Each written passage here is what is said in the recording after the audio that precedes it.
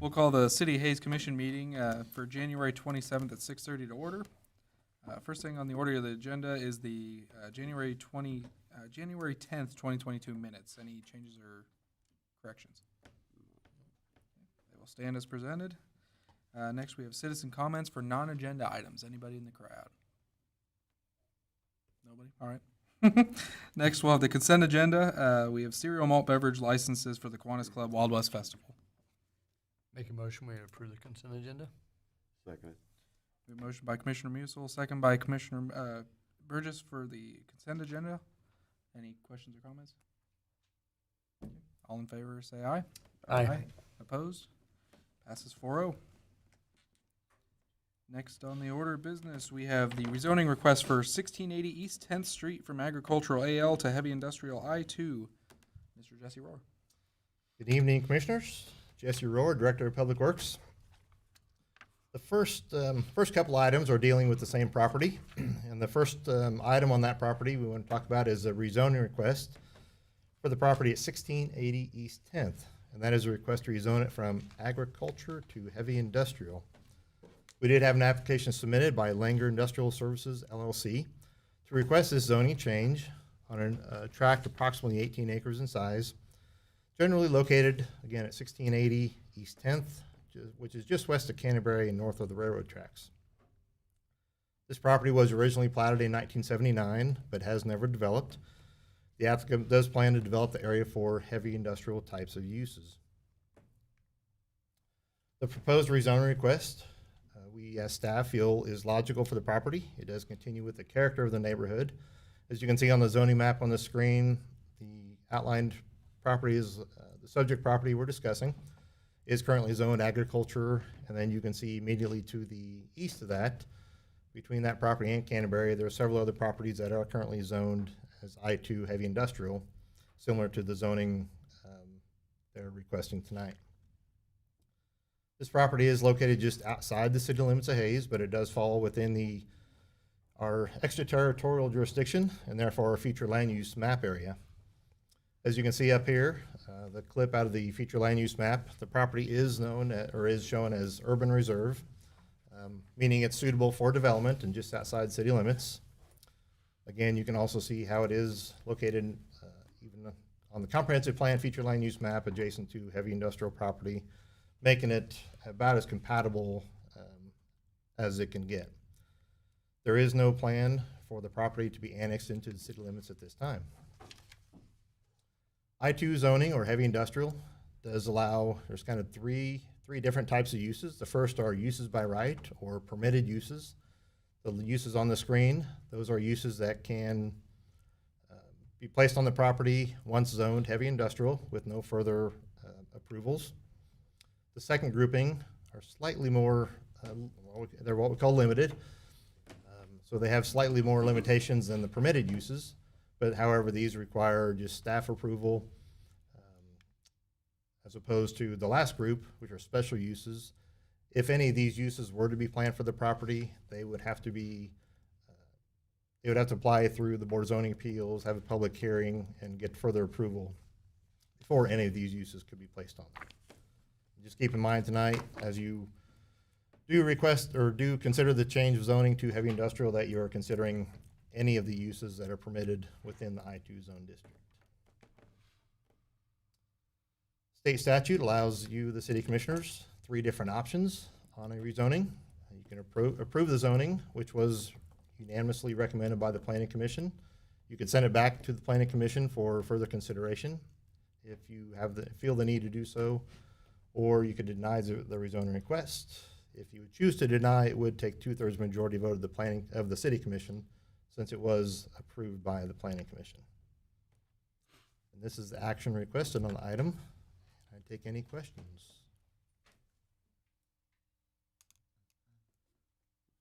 I'll move to approve ordinance number 4007, accepting the change in zoning from agricultural AL to heavy industrial I-2 for the property located at 1680 East 10th Street. Second. We have, excuse me, motion by Commissioner Burgess, second by Commissioner Musil.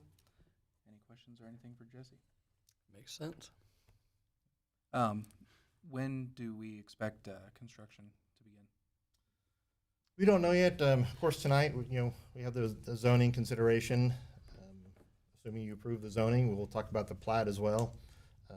We do know that there's some development plans already in the works, and I think they intend to move forward shortly after the necessary approvals. Great. Okay, if there's no other questions, I'll ask for a vote. All in favor, say aye. Aye. Aye. Opposed? Passes 4-0. Next up, the Langer Industrial Edition final plat.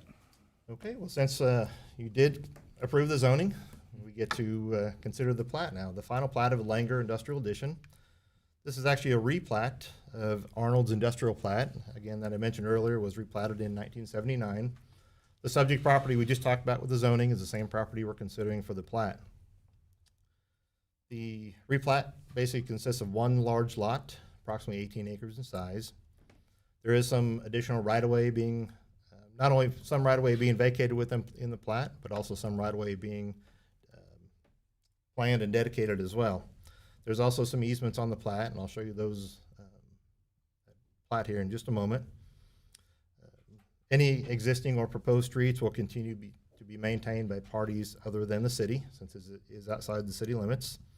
The Utility Advisory Committee, as I do for all plats, they did meet on December 7th, 2021, to discuss this plat, and any questions or concerns on easements or anything else for the utility companies were addressed and met at that time.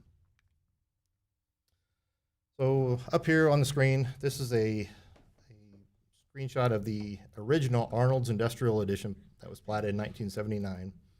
You can see there's several lots. I believe there's 8 or 9 lots there that were platted, which will become one lot if the replat is approved. There's also, cut through the middle here, you can see what was platted as 10th Street running from east to west through the middle of the property. On the new plat, which you see up here, all those 8 or 9 lots have now become one lot.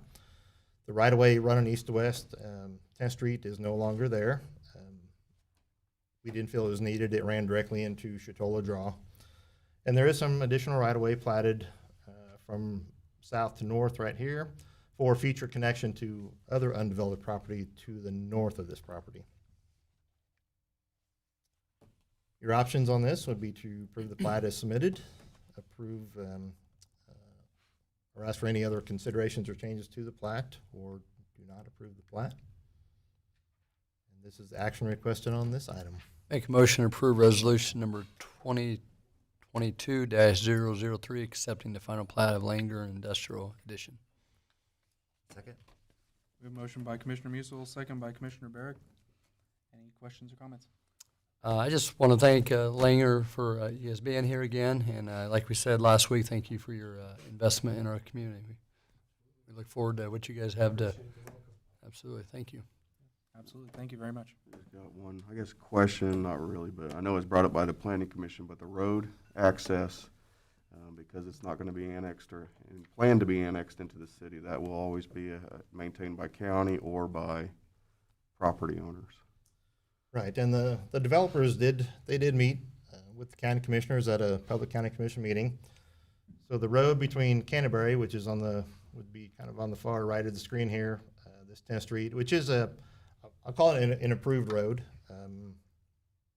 Asphalt millings might be what it's mostly made of, but the discussion at the county commission meeting was that road would be continued to be maintained either by the county or by the developers. They do expect truck traffic. There's quite a bit of truck traffic on that road already, but they do expect that to increase with this particular proposed development. And so they, again, would work together to maintain the road. Unless it's ever annexed, then the city, like I said, would have no requirements on maintenance of the road until that time. Any additional questions? If not, I'll call for a vote. All in favor, say aye. Aye. Opposed? Passes 4-0. Thank you very much. Appreciate it, guys. Thank you. Thank you, Jesse. Next up, the vehicle abatement at 208 East 32nd Street. Okay, one more item for me tonight. This item is pertaining to an inoperable vehicle located at 208 East 32nd Street here in town. A little bit of background. We have been working with this particular property and the property owner and the vehicle for several months. trying to give every opportunity available to let the property owner remove the vehicle. To date, no action has been taken. As of 5 o'clock today, the vehicle is still in the same place where it's been for several months. The vehicle does not have current legal tag or other parts on it that deem it roadworthy. Therefore, it's considered inoperable by city ordinance. There's a couple pictures of the vehicle. It is parked on the west side of the house there. Again, no action's been taken. There's been written communication as well as verbal communication with the property owner, and unfortunately, no action to this point. So your options, Is that other piece of equipment? there's actually, I believe it's a log splitter right there, which is not a violation of any type. I know we've cleaned up yards last year on things that were in the yard, so I just, okay, Right. thank you. Just for the commission's information as well, if indeed we do have to remove the vehicle, basically the city hires a contractor, they'll come in, they'll move the vehicle. They have a process they follow, they'll store the vehicle. The owner, if they desire to get the vehicle back, they can pay towing and storage fees if they wish. Any costs that are incurred from the city do get passed on to the property owner. If not paid, then there's a lien filed on the property as an assessment on the county tax roll, so. Let's see on that log splitter, because obviously it looks like they'll have to move that to get the vehicle if we, or whoever we hire to do it. Is there any liability when you have to move something like that, since that's not part of the equipment, or, I don't know? I don't believe so. I think that would be part of the contractor we hired to come in and, like I said, we would ask them to gently move it out of the way, gently put it back when they're done, so. I was just curious, because, we've had some where it was just there and they had to move it. I've never seen it like this before, I guess. You know, and sometimes after action on an item like this is taken by the commission, we do, again, try to reach out to the property owner. We let them know that action has been taken. We will be in, we have a 10-day waiting period before we can hire a contractor to come in and remove the vehicle. Kind of gives them that one more shot. And a lot of times, sometimes that's enough for them to come and remove the vehicle before we have to take that official action. So again, we have hopes that they'll move the vehicle, but in the event they don't, we'll have hopefully a resolution approved that would allow us to move it if necessary. Do the owners actually know what the cost will be that they'll have to pay if it's removed by the city? Or is it just a nebulous, you'll owe whatever it costs us, or do they know it's gonna be $500 or $200 or? So for the last several years, we've been fortunate because the contractor we use to remove the vehicle, they've not passed charges on to the city because they have the vehicle. And they recoup their cost either by taking ownership of the vehicle if the owner doesn't claim it, or the owner claims it and pays the storage and towing fees. So I don't know what those fees are. It depends on how long it might sit in their storage yard, as well as the towing, but like I say, fortunately, we've not had to incur those costs, and we haven't had to pass any of those on. So. Any additional questions? Mine. I move to approve resolution number 2022-004 to abate the vehicle located on the property at 208 East 32nd Street, 10 days after the approval date. Seconded. Motion by Commissioner Barrick, second by Commissioner Burgess. And if there are no additional questions, I will call for a vote. All in favor, say aye. Aye. Opposed? Passes 4-0. Right, Thank you, Jesse. Next, we have the 2022 Well Rehabilitation Water Production Award bid. Good evening, Commissioners. Jeff Crispin, Director of Water Resources. Staff solicited bids for the 2022 well rehab project to perform maintenance on specific production wells. City staff performs routine maintenance on wells by acidizing and disinfecting the wells to improve performance. A little bit of an addition from last week. We use hydrochloric acid. It's mixed with water in a 1,000-gallon tank, and it's surged into the well to clean the well. It usually takes about a 2-day process. There's a lot of rinsing, a lot of flushing. The next day, before everything gets put back in service, they use sodium hypochlorite to disinfect the well before we get it back into service. So that is the gist of it. Our SOP is about a page long of what we do to actually do that project. When we can no longer improve the performance of the well, professional rehabilitation is necessary. Professional rehabilitation is periodically required during the life of the well because groundwater contains bacteria and minerals which causes well plugging. The screens, gravel pack, and formations become blocked by minerals, reducing the capacity to efficiency and the efficiency of the well. The buildup reduces the amount of water that we can pump to the surface. And I always use this example. Think of it if you're drinking water through a straw and the bottom of the straw gets pinched up and you can't pull any more water up to the surface. That's kind of just the gist of how it works.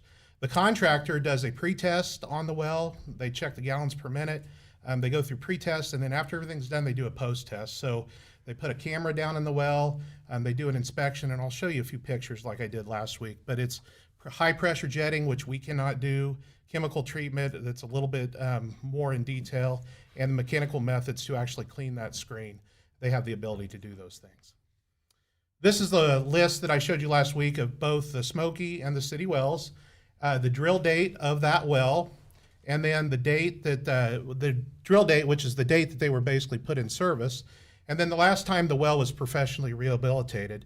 And as you'll know, on the third column on both sides, a lot of the dates are pretty recent.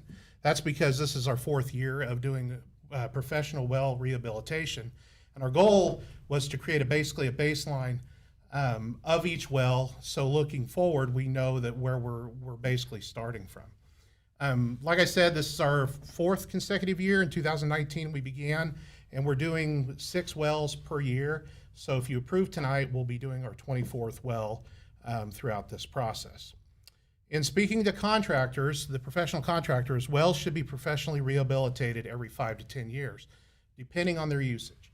So what you'll see in the capital improvement program is we have one more year that's listed there because we do have a few more wells that we would like to hit in the next year's program.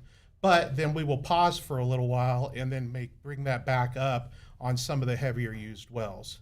But this kind of just gives us a baseline of where we began. So this is just a quick slide of the wells that we have. We have 12 Smoky wells near Shinshin. We have 6 Dakota wells that are southwest of Hayes, 8 city wells, we call those our Big Creek wells, 6 remediation wells, and 5 emergency wells. We have 37 total. I did cross off the Dakota wells because while we still use those are very deep, they're not efficient. About a 300-foot deep well, and it takes a lot of energy to pump water to the surface, and we just don't use them as much, but we do want to maintain those water rights. This is a map of 5 of the wells within the city limits, or the area of the city limits, 2 in the middle of the city and 3 on the southern part of the city along Highway 40. So let's see here, C19, 27, 31, 29, and 30, and of course the C means city. Then we also have one that's north of Shinshin, and that is well S10. These are some before and after photos that are taken. This was taken by one of the contractors many years ago, or a few years ago, I guess, when we just started this. And you can see on each slide, basically, the left side is before, the right side is after, and you can see how much cleaner that screen is. And of course, there are some of the materials that they do pull from the bottom of the well. We did open 3 bids on January 4th from 3 contractors that are listed. Those are contractors that we've seen bid on projects before. Downey Drilling of Lexington, Nebraska submitted the lowest bid at just under $70,500. Their bid is below the budgeted amount of $80,000. Downey Drilling was actually awarded the projects in 2020 and 2021 by commission, and their work has been exceptional. So we're pretty excited to hopefully work with them again. So the financial piece of this, we do have it listed in 2022 CIP budget, in the amount of $80,000. We fund it from the project line item in the water production and distribution budget, and the total cost of the project is listed at $70,465. I did mention this last week. You know, we talk about prices and fluctuation. Last year, the project that the commission awarded was at $65,000. So the increase in $5,000, it's not unexpected, basically. So tonight you have three options: accept the low bid from Downey, direct us to another option, or do nothing. And if you wish to award this, this is the action I would request. Make a motion to authorize the city manager to execute a contract with Downey Drilling in the amount of $70,465.68 for the 2022 well rehabilitation project to be funded from the project line item in the water production and distribution budget. Seconded. Motion by Commissioner Musil, second by Commissioner Burgess. Any questions? You know, we're looking at all these different wells and they get the video. Is there any significant difference in the amount of buildup between different wells that are around the city? Are some of them build up faster than other ones? It just depends on how heavily pumped they are. Sometimes if the well is not used as much, because what we do is we rotate our usage of wells. So we have some that are higher quality wells, and it just depends on how heavily they are used. But typically the wells are pretty similar in production as far as what we're seeing.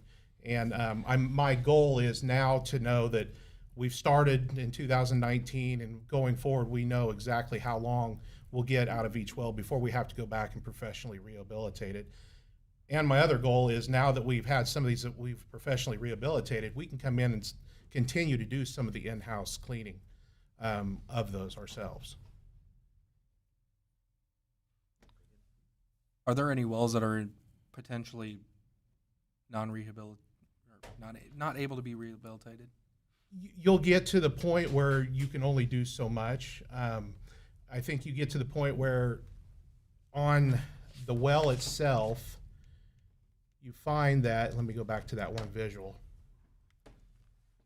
You find that down by the well screen, there's only so much you can do, and so clean and out around it, it may have problems to where the only thing you would be able to do is actually just relocate a well. Probably pretty similar to back in 2007 when we had some work that we done along the Smoky. We moved some wells around, and so that is kind of the reason. At some point in time, you can only get so much out of that well, and you may have to relocate it. Do we have any that are close to that point? I don't feel that we do right now, no. On the Dakota, I know we don't use that a lot, but will there be a time when we do have to rehabilitate those, or is it not something that's? I think our supply right now, as we have, as far as the wells that we have adequate supply. Those are just very deep. Mm-hmm. I know there was I don't know the year, but probably 10, 20, or probably 20 years ago, there was some investigation to try to get more water out of those, and it was just found to be inefficient. Because of the requirements to pump it to the surface and the treatment of the water that was located within the Dakotas. And the regulatory problems with mining water, basically. Oh, okay. Dakota is considered to be mined, believe it or not. Mm-hmm, mm-hmm, And Smoky and Big Creek are rechargeable aquifers. mm-hmm. So it's very difficult to expand your take from the Dakota as compared to these others. Yeah, our plan most likely would be to abandon the Dakota well field when the R9 is developed. Oh, okay.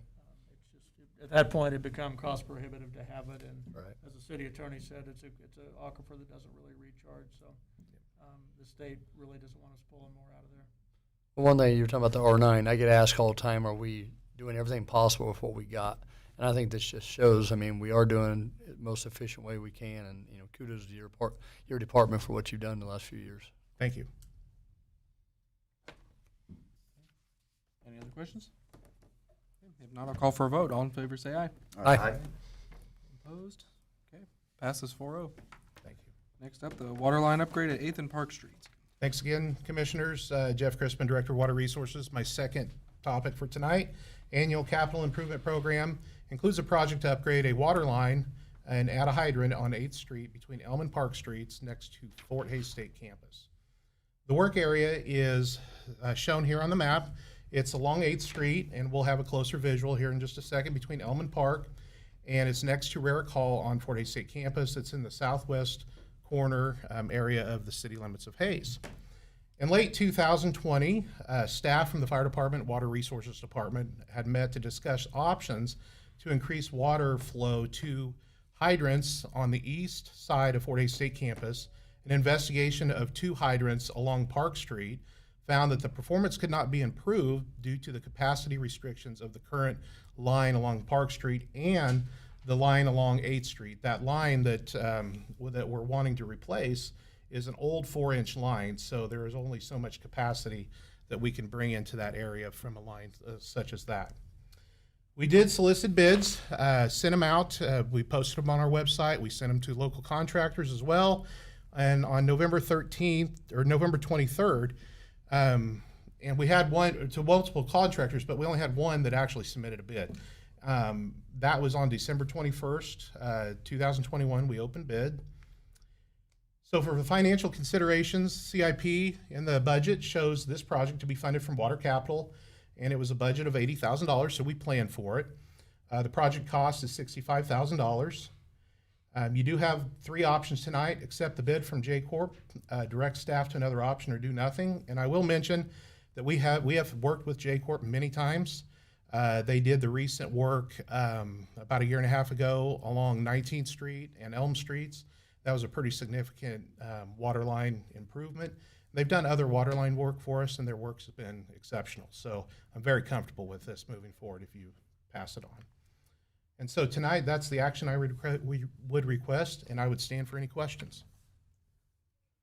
I'll move to authorize the city manager to enter into a contract with J-Corp in the amount of $65,000 for the construction of water line upgrade at 8th and Park to be funded from water capital. Second. My only question, how does it change that parking? Because there's 3 vehicles there, I assume that's. And that's a great question, and I will say that it doesn't change the parking configuration at all. The project will most likely bore in a new line, and we have had discussions with Fort Hays State, and if tonight passes through, the contractor, myself, and representatives from Fort Hays State will discuss the fact that our intention is not to have anything shut down as far as the entrance into Fort Hays State. There may be some temporary shutdown of this street, but we are not changing anything on the surface. It is strictly boring in a new line, probably behind actually the sidewalk to the north. Where the hydrant goes, you can't park vehicles in front of a hydrant. Well, the hydrant isn't established. That's already, you can't really park vehicle right there anyway because that's a crosswalk. Okay. And so this will be back from the crosswalk, and it's already, you can't block that area. So should not have an issue there, and there is no plans to change any parking whatsoever. And like I said, we will make sure we'll have consideration for, school and school times and make sure that they have plenty of access. With all the upgrades that we've been doing, is our plant doing all right to keep up with all the changing pressures and whatnot? Our plant is designed to run 6 billion gallons per day. And so it's designed to handle pretty much anything. And we are averaging in the summer 1.1 million gallons per day. And you may recall from some other projects, we typically run half the plant for efficiency. So yeah, we have plenty of capacity. Wonderful, thank you. Any other questions? Okay, motion by Burgess and a second by Musil. I'll call for a vote. All in favor, say aye. Aye. Aye. Opposed? Passes 4-0. Thank you. Thanks, Jeff. Next, we have the pre-annexation agreement with BBJ LLC. Toby Doherty, City Manager. With the installation of water and sewer main infrastructure in order to serve the exit 157 development, and then the rebuilding of the intersection 230th and 55th, it allowed us the opportunity to enter into negotiations with the owner of 3 undeveloped tracts and 1 developed tracts of property to try to negotiate an annexation agreement or pre-annexation agreement. So the pre-annexation agreement being presented to you tonight has a few considerations for the commission to consider. So the city would bid out as a project an extension of a water line as seen in blue and a sanitary sewer line that is seen in green. These are mains meant to serve not only the property owner's property, but the property is also adjacent to the project. And So the city would pay 100% of the water line, and then we would split the cost of the sewer line 50-50 with the property owner. In exchange for that, the property owner agrees to immediately plat and annex, immediate plat everything that they own. They will annex, as shown on the map, tracks 2, 1, and 4. And then track 3, which is the Dune and Peterbilt dealership, would be annexed at a date that is 3 years after the signing of the agreement, or after the installation of the facilities, my apologies. There are a couple provisions that could possibly extend that annexation of that dealership. Provision number 1 is if one of the other tracks that are currently undeveloped develops within 3 years in a retail capacity, a commercial capacity, then that annexation will be pushed out to 5 years. If the water and sewer project budget comes over at a certain percentage, and I forget, or a certain dollar amount under what we budgeted, then we push that annexation out to 4 years. And the property owner does want consideration once annexed to come in front of the commission and ask for a modification of the community improvement district that's currently on the property. This is a CID that was approved by Ellis County a few years back. And the property owner actually doesn't have a concern about coming into the city limits, but the property owner is concerned about coming into the city limits with an added 2-cent CID. So the property owner would like consideration to be able to come in front of the commission at the time and ask for a reduction in the CID or elimination, whatever the property owner chooses, which we would fully support. Whatever the property owner asks for, it's their CID. So that's the agreement presented to you. The project would be bid as a package, water and sewer, and it would be done, I believe it's within 12 months of the approval of the agreement, but we show some deference to the property owner within that 12 months to give us the go-ahead to do it. And then we would invoice the property owner their share after the project's done. So with that, I would stand for any questions the commission may have. I think the CID, so the CID is approved at the county, but what you're saying is if it's annexed within the city, then they have the right to ask the city to remove it. Yes, you become the governing body of jurisdiction at that point, once they're annexed into the city. So you would have to approve any reduction. If they wanted to go back to 1 cent, you would have to approve that. And Toby, with the added water and sewer, I mean, we can handle all that, I'm assuming, with everything we've been doing up there. Yes, absolutely. And so it would make the property owner's tracts developable for commercial capacity, as well as the tract south of Celebration Church. I like it because to me it seems like it's a win for the city and a win for the business owner. What obligations would the city have once it's annexed for the street that's up there? Because that's not a city street right now, is it? Actually, yes, that will be a city street. The improvement went to, I believe, just to the entrance of the dealership, maybe a tad bit east of it. And so that's already been annexed with the intersection improvements. So let's say track 2 were to be annexed. If there's an extension of the street, that would be handled as annexed. If that were to be developed, or tract 4, which is partially on behind, if there was something negotiated with that development to extend the street, then we would annex at that time. But the street's out of this right now, and what's in the city limits is in, and what's out's out. With the installation of the new infrastructure, will we have to tear up any of the new road that came in? No, I don't believe so. I think all that was, we knew we were working on this while the road was being put in, so everything was being planned. The Peterbilt dealership is actually being served with a line that the rural water district deeded over to us, and we took over the territory. So that will just simply be abandoned, and then we will run a new service line down to the dealership to service some water, but that shouldn't affect any of the existing infrastructure. Okay, thank you. So this would be your options, and then this would be the action requested if you considered. I move that we approve the pre-annexation agreement between the City of Hayes and BBJ LLC. Seconded. We have a motion by Commissioner Barrick and a second by Commissioner Burgess. Any additional questions for Toby? If not, I'll call for a vote. All in favor, say aye. Aye. Opposed? Passes 4-0. Thank you, Toby. Thank you. Next, we have airport land acquisition. Good evening, Commissioners. Jamie Salter, Director of Hayes Regional Airport.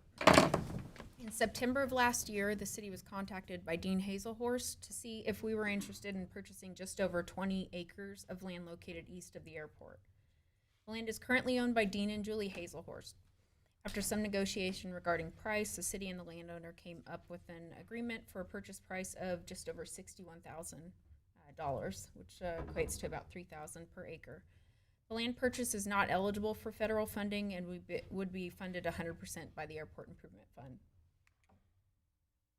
A portion of this land is identified for future development in our FAA-approved airport layout plan. The 20 acres connects our recent land purchase, shown here in green. So that's the entire property of the airport, but green is what we had just acquired recently, and then in blue there is the proposed purchase. This obviously connecting these also supports future development opportunities. Acquisition of the land would also help us control drainage and protect our airspace. As noted earlier, the purchase price for the land is just over $61,000. With other attorney and miscellaneous fees included, the total cost is estimated to be $71,170. Adequate funds are available in the Airport Improvement Fund to cover these costs. Commission has the following options. Approve the purchase of 20.39 acres of land in the amount of $61,170, or provide staff with alternate direction, and this would be the action requested. We'll stand for any questions. Make a motion to approve purchase of 20.39 acres of land in the amount of $61,170 from Dean and Julie Hazelhorst to be funded from the Airport Improvement Fund. Seconded. Motion by Commissioner Musil, second by Commissioner Burgess. Any questions? I just, on that land, I mean, obviously it kind of goes hand in hand with what we've done earlier, is the floodplain area, that is not developable, correct? No, that is not developable. So that's part of our airport layout plan as is, in that a portion of that blue area is identified, for development in future. The FAA won't approve anything like this without that. So that is a portion of that is, but yeah, there's some drainage. The floodplain does run through the eastern side of that. I think it makes sense for what we're doing for our future development. Do we sort of have an idea of what we want to do for future development, or we're just making sure we're covering ourselves so that when we decide we want to do something, we've got the space to do it? Immediate future, it would remain outside of the fence, just like the 20 acres that we had recently acquired. Probably be farmed for the foreseeable future. That's what its use is right now. But knowing that the airport, it makes sense to purchase, especially when it's adjacent and connects land that we own back to our land. Jamie, if we were to expand the fence, would the feds help pay for that, like around that, or would that be something that? Yeah, they down would, the road? depending on especially the green portion we have proposed on our airport layout plan. The FAA had approved development in there, so whenever we would expand, they would cover costs for that. Do they help pay for drainage operations there? Okay. Yes, and we have down on the southern end of the apron, this could potentially help us with, drainage in that area. You don't want any ponding or anything like that because it causes wildlife concerns. This can allow us, like I said, as far as the controlling the drainage, being able to have more flexibility there. Any additional questions? If not, I'll call for a vote. All in favor, say aye. Aye. Opposed? Passes 4-0. Thank you, Jamie. Thank you. Next up, some progress. Mr. Progress himself. Working on his New Year's resolutions. It's good that other people say that, right? Good evening, Colin Belzer, Assistant City Manager. And for the latest progress report, Service Division, we're doing various concrete projects, including a crab See? Kurt, the 300 block of East 11th. And alley returns near 29th and Walnut. Also on December 15th, I think we all know we had extensive wind damage to city facilities, signs, signals, and vehicles. Power outages caused signal lights at various intersections to stop, and crews are out setting portable lights and making necessary repairs throughout the evening. The Public Works Division, formerly known as Planning, Inspection, Enforcement, or PI, is now known as Planning and Development. Duties of the division are not changing, nor is staffing. However, the division is already planning and will be rolling out a few other minor changes and improvements, including public education material, informational pamphlets, website changes, newsletters to contractors, contractor lunch and learns, and other needed information education to help that division work with the developers and builders in town. Construction continues in the Tallgrass subdivision on the new RHID housing development. A total of 10 permits have been issued so far. In parks, the channel crossing on hole 8 needed repairs due to erosion. Here's a picture of them at work, removing the culvert, reshaping the channel. And then a final picture of what it turned out to look like. Park staff have been pruning shrubs at Mount Allen and Memorial Garden cemeteries. The subgrade and rock placement and compaction is complete in all fields at Bickle Schmidt, and they have started laying turf as well. Infield dirt excavated during the turf conversion project was stockpiled for use on other ball fields, and on the right is a photograph of the infield and Glassman Ballpark being worked with that. The server hardware that controls the patrol vehicle connectivity back to the law enforcement center was upgraded as part of the countywide public safety software project that's set to launch in March. On December 6th, officers of the Hayes Police Department participated in Tip a Cop fundraiser for Special Olympics of Kansas. Members of the Hayes Police Department also received training from 2 Topeka Police Department officers on honor guard funeral ceremonies for fallen officers. In the Department of Water Resources, Water Smart Wally was at the FHSU mascot game. The first water ambassador training took place on January 8th. There's 7 ambassadors, 3 of them are new. And on the left, you can see Stacy Minton educating the group on point and non-point source pollution. Jason Riegel is in the center. He's our water reclamation reuse superintendent, giving a tour of the water wastewater plant. And then on the right is the water ambassadors looking over the East Primary Basin, while Tim Huck explains the purpose of the basin. CVB staff was the lead vehicle on the Frost Fest, and they helped to recruit participants for the new category Little Lights. I think I see Grady in there. The American Bus Association Destination Magazine recently awarded the Basilica of St. Fidelis a 2021 Best of the Best designation. This was nominated by Janet Kuhn with CVB, and this is actually the first ABA, American Bus Association, Best of the Best award for the state of Kansas. And here she is speaking with motor coach operators at the American Bus Association Marketplace recently, where she distributed new day trip information, including the St. Fidelis. CVB and airport staff, along with Commissioner Sandy Jacobs, participated in the Pack Your Bags promotion. So this is a participant's attempt to pack a suitcase without going over 35 pounds. And the winner, which was Kathy Dynas in the middle, she received a SkyWest voucher for 2 round-trip tickets to Denver. They'll actually be doing this again. So if you want to try and get some tickets, listen to Melissa's report. She'll let you know when it's at. Melissa Dixon Israel Luna greeted students and handed out welcome packets at the FHSU spring orientation. J-Corps completed the 16th Street brick repair on December 30th. On January 18th, J-Corps completed the construction of sidewalk, and you can see before and after pictures.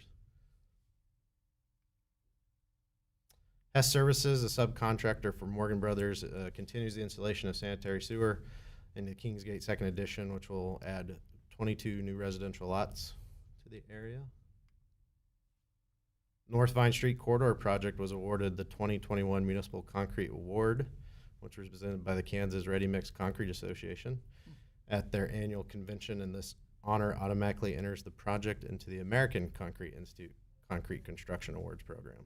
Cool. I believe we also got another award recently, or were nominated. So possible another one coming. Airport maintenance staff improved the drainage at the airport entrance. And during the early snow event in January, airport staff got to try out the new equipment. What used to take some 5 or 6 hours only required about an hour or two to complete with the new equipment. And we flew over 11,000 passengers for 2021, 100% increase. Because we're over 10,000, we're still entitled to the $1 million in federal funding through FAA. Any questions? Looks great. Thank you, Mr. Progress. Next up, Hayes Happenings. Melissa. Good evening, Commissioners. Melissa Dixon from the Convention and Visitors Bureau, and just wanted to share with you some things that are happening coming up in February that I want to be sure you're aware of. The Hayes Arts Council still has their 5-state photography exhibit up, so if you haven't been by there, you still have time. It'll be there through February 11th. Some beautiful things there. The Hayes Chamber is going to be hosting a legislative coffee at Hayes Public Library. So if you have a burning question for some of your representatives, I heard these are the ones that will be there. So tentatively, Senator Marshall, Kansas State Senator Billinger, State Representative Rajes, and State Representative Wassinger. So Hayes Public Library, February 5th, they will have refreshments and coffee. I know the Criminal Justice Club at Fort Hays State has turned out to be a great partner for our police department. So I wanted to be sure you know about a fundraiser that they have going on. Their Murder Mystery at the Casino fundraiser. That'll be at Thirsties, February 5th. You can get a ticket for $50 or 2 tickets for $85, and that includes your dinner, dessert, and entertainment. And there is a great group called Imagine Ellis County that's just starting a conversation about where do you want to see Ellis County in 20 years. So if you have any opinion on that, please go to this town hall. Again, I think they will be serving dinner. I think it is a strategic doing meeting. So Does that mean we can move it to like next to the ocean or up in the mountains? Where you you want can to share that. You can try that. I'm good where we're at. So they would like people to register so they have a good head count for the food. So February 7th at Hilton Garden Inn. Who do you register with on that? You know, I think we have a link on your on page? our calendar. We Okay. try to put all the information on Okay. our calendar, and if it's not there, I'll find it and I'll put it there. And they also have a link on their Facebook page. Oh, that would make sense. Yeah, go like their page. Hayes Community Theater is back at it with their community shows. They will have 3 different chances to go see their new show, Love Letters, and it'll be performed by 3 different real-life couples. That's at their new Hayes Community Theater location on 8th Street. The Encore series is also back in action. Really excited that these are coming back to town. This is actually on Valentine's night. So it sounds like these guys, the Flying Karamazov brothers, maybe that's how you say it, will be at Beach Schmidt, and their motto is, "We juggle till we drop." That'll be a good show to take your Valentine to. Romantic evening. There you go.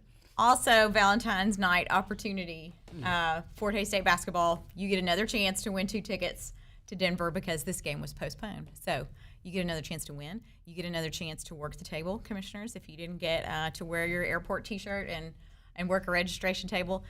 So we'll be taking attendees' registrations who agree to Pack the Bags promotion. And then we draw 4 lucky winners, and they compete, and somebody gets to walk away with that voucher that night. It's a really fun promotion for the airport. Thanks for letting us help you with that, Juggle Jamie. events. My Valentine would love that. Award-winning Eli Young Band is coming to the Fox Theater February 17th. Tickets are $25 to $50. Award-winning band. It's good to see concerts in that venue again. Now this concert is free. Hayes Symphony.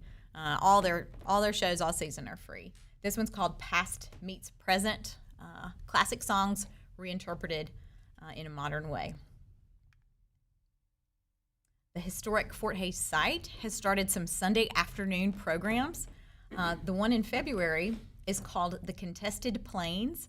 And Kansas filmmaker and historian Ken Spurgeon will be there talking about his film. But there's actually another Sunday program this Sunday where Michael Cox and Chad Tuttle will have research and artifacts on the Battle of the Saline. They'll be doing a special presentation just on that, followed by the Fort's annual meeting. Last but not least, we'll bring state wrestling back to Gross Memorial Coliseum February 25th and 26th. Again, if you want to volunteer in the hospitality suite, we would take you. We love taking care of those coaches and administrators while they're here. Thank you in advance to our community for sharing our restaurants with that group when they come to town. Any questions? Going on. Yeah, it's great to see so much going on. Good stuff. Thank you. Thank you, Melissa. Appreciate it. Okay, commission inquiries and comments. Commissioner Barrett. I'm just excited to see that, as always, you don't ever have to be bored in Hayes. Very true. Always something to do. Exactly. Commissioner Musil. A couple of things. I'd like to welcome to Hayes High Student Body President Alex Johnson. Watch out, he might be shooting for our spots here, guys. So it's no, welcome. He's a great young man. So I've had the chance to give him a hard time. My son always says, "Dad, would you just leave him alone?" But he's a good young man. So I had an opportunity this week or yesterday, I guess. It was kind of cold, but tour the Parks Department and out there, snow-covered ball fields, but it just looks awesome. And if even if you're not into sports, to be excited what's going to happen in this community this summer potentially is very exciting. So I'm so excited to see the finished project. And I just wanted to share a note that happened to me Sunday. I had a customer of mine Facebook messaged me. I had an employee out at Walmart, and for the millions of people that watch us, from other cities and stuff, if you're consider moving Hayes, she was out checking out, I guess, at the self-checkout that I never use because I can't figure it out. But she had left a $20 bill there accidentally. And so this customer messaged me and said, "Hey, can I bring it to the store and give it to her?" And what other community has people like that? And, it's just very proud to live in this community. And it's, to get things like that, that's why we all live here. So I thought that was an awesome story that I just had to share. So. That was very cool. Commissioner Burgess. I want to give a big congratulations to all the annual Chamber Awards banquet winners. There was 8 different unique awards given out. And there's certainly some deserving individuals and businesses. We got to attend as city commissioners. Mason and I got to, present one of the awards. Seeing everybody there, hard work that goes in throughout the year for 2021. So again, great job. Keep up the good work for everybody. Congratulations, and looking forward to actually next year and seeing who the winner is. It's always I enjoy it very much, looking at past winners and looking forward to who might win the next time. And Becky did a wonderful job that night. Very, very good.